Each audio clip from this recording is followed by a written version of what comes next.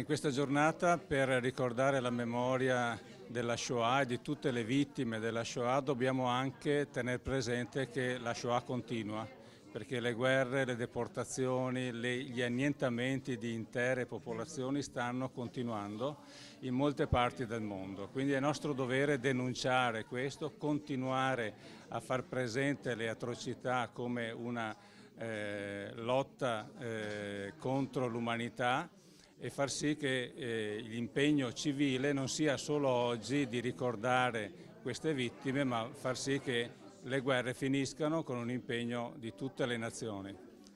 Il Consiglio regionale oggi ricorda soprattutto alle giovani generazioni che fare memoria è lavorare con gesti concreti per la pace tra le persone e le comunità. דיין אלמנות ואבי יתומים, אמצי מנוחה נכונה על כנפי השכינה, במעלות קדושים וטהורים.